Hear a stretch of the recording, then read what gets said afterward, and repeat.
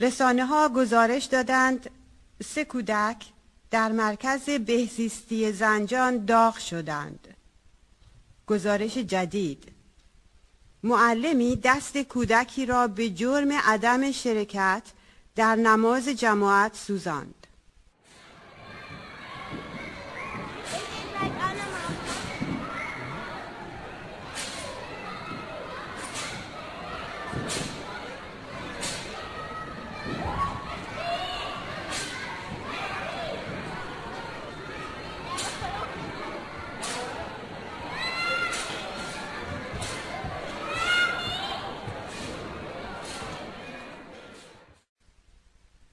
مهر آقا معلم. داستان از فرشته تیفوری. بازیکنان: نگین گوینده اول، بهنام گوینده دوم، فرشته گوینده سوم، بهزاد در نقش کودک.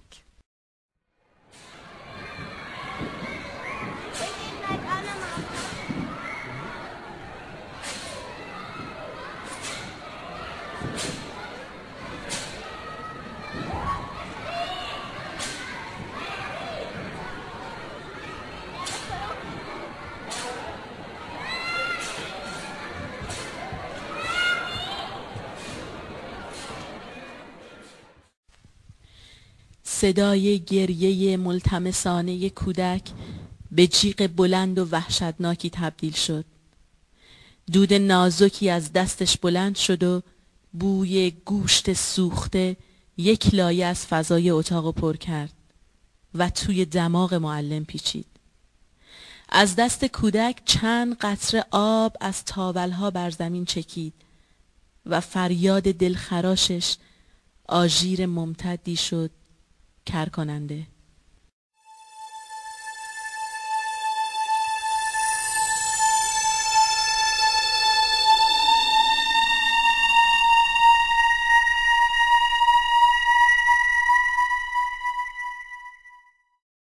معلم همونطور ایستاده بود و سر به پارچه پیچیده انبر داغ شده رو توی دستش فشار میداد و به سوختگی گوشت دست بچه زل زده بود. مثل اینکه باور نداشت چه کرده. پوست نازک کودک به آهن داغ چسبیده بود و از اون دود خفیفی برمیخواست. گوشت ورم کرده از لای تاولهای کنار سوختگی بیرون زده بود. معلم هنوز مبهوت زخم رو نگاه میکرد. زخم بزرگ و دردناک به دهنه سرخ یک چاه آتشین شبیه بود. نه، این زخم دهان یک اژدها بود که به آهستگی شکل می گرفت و باز می شد و بازتر که اون رو در خود ببلعه. و یا این اژدهای درون اون بود که دست کودک رو نیش زده بود.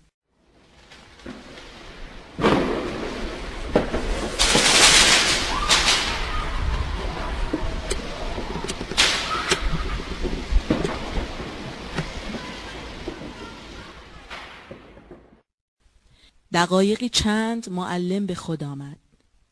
فریاد کودک همچنان ادامه داشت. معلم باید معلم باشه. حق همیشه با معلمه. حق با بزرگساله. شاگرد باید تنبیه بشه. شاگرد مستحق تنبیهه.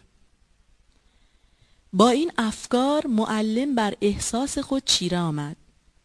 خطوط صورتش تغییر کرد و همان مرد بدخوی همیشگی رو مجسم ساخت. کودک از درد سوزش به خود میپیچید و جیغ چند صداش تو راهرو در تمام ساختمون فضا رو شکافته بود. حالا برو، مواظب باش که دیگه تنبیه نشی.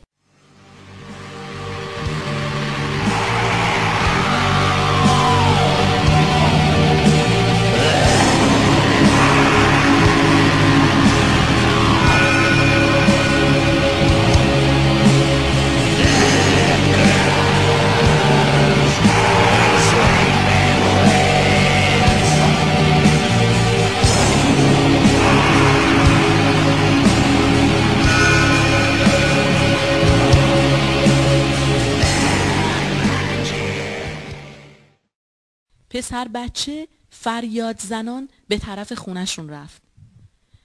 مادرش با دیدن زخم دست کودک به گریه افتاد. چند بار به سینش کوبید و پسر رو فوراً برداشت و به جاروخانه سر خیابون برد. چشمانی درشت سایه هایی رو می‌بینند که در حرکتند. هیچ سؤالی مطرح نیست.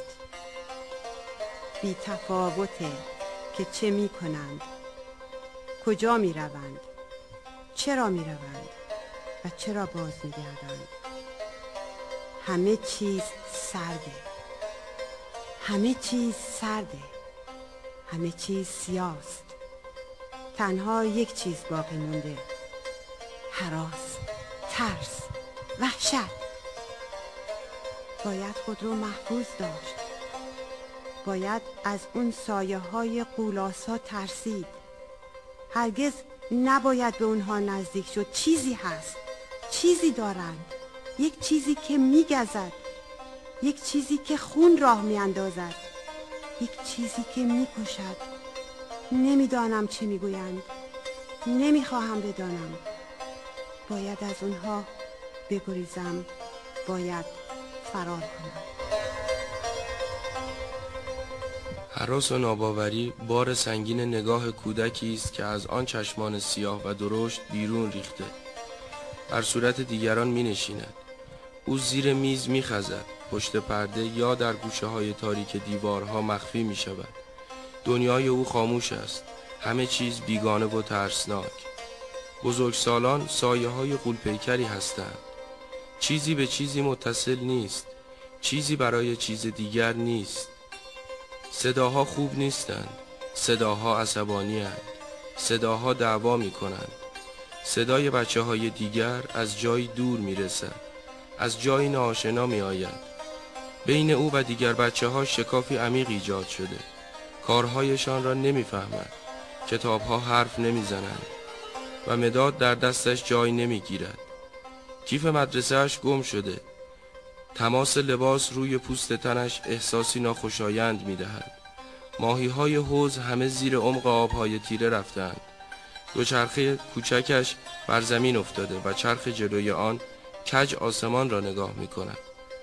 ماشین‌ها در کارتون روی هم افتاده. توپ له شده و در گوشه دهانکجی می کند. مادرش با اون حرف میزنه، نمیفهمه. کلمات در فضای سرش میچرخند و به شکل‌های عجیبی در میان. شکل‌های ترسناک. چیزهایی نامفهوم او را دنبال میکنند و آدم‌ها میخواهند او را بزنند. آتش بزنند. مادرش اونجا نبود. از دهان یک دستگاه عجیبی آتشی آبی رنگ با شدت بیرون میزد. آقا معلم کنار اون ایستاده بود. میخواست اون رو بسوزونه. مادرش نبود. مادرش نبود. بوی نامطبوعی اتاق رو پر کرده بود. هوای سنگین روی سرش فشار می آورد. گریه می کرد. قلب کوچکش می تپید. به شدت می تپید. التماس می کرد. امید داشت که آقا معلم اون رو ببخشه. میخواست فرار کنه. بدوه. آقا معلم عبوس و عصبانی ایستاده بود. با یک دستش شانه اون رو محکم گرفته بود. توی دست دیگرش سر انباری که با پارچه پیچیده شده بود فشار میداد. سر دیگر انبار رو تو آتیش نگه داشته بود. میخواست اون رو بسوزونه. میترسید. مادرش رو صدا میکرد. ولی مادرش اونجا نبود. مادرش کجا بود؟ میترسید. میترسد. میترسد.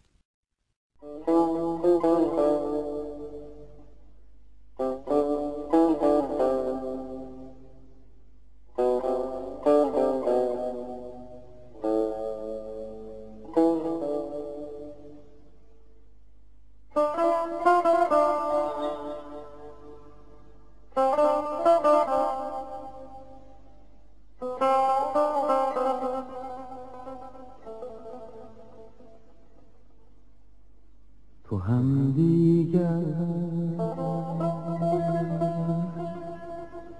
وفا با نداری که با غم‌ها مرا تنها گذاری.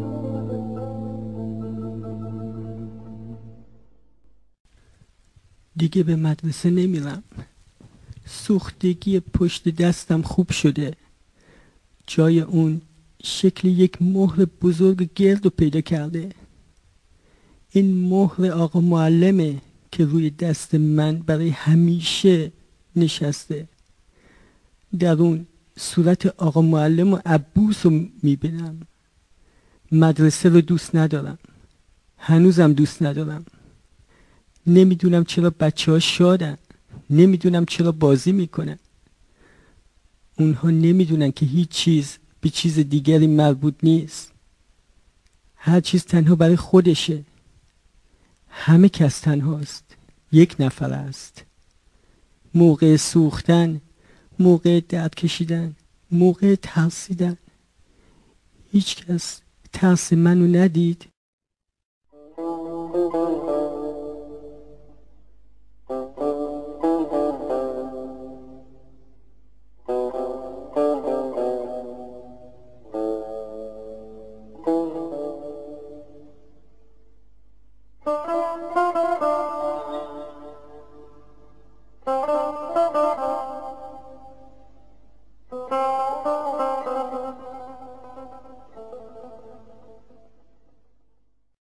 چندی بعد در رسانه‌ای نوشته شد: معلمی در زنجان کودکی را داغ کرد و باز در ماه می 2012 خبر رسید معلم دیگری کودکی را به جرم امتناع از شرکت در نماز جماعت داغ کرد.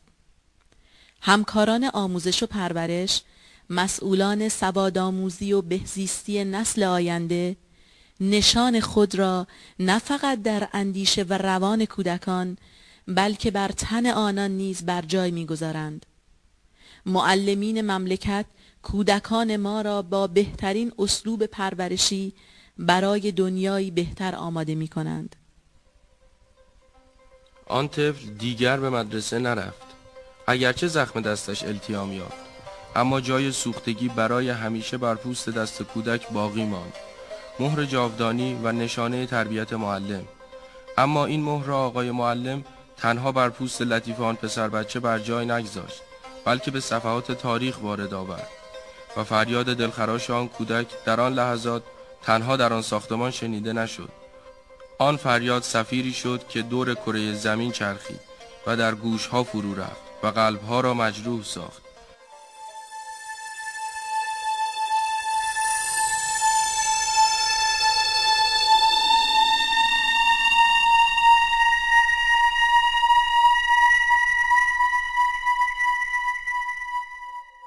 و اینک کار سوزاندن یعنی همان شیوه تربیتی همچنان ادامه دارد.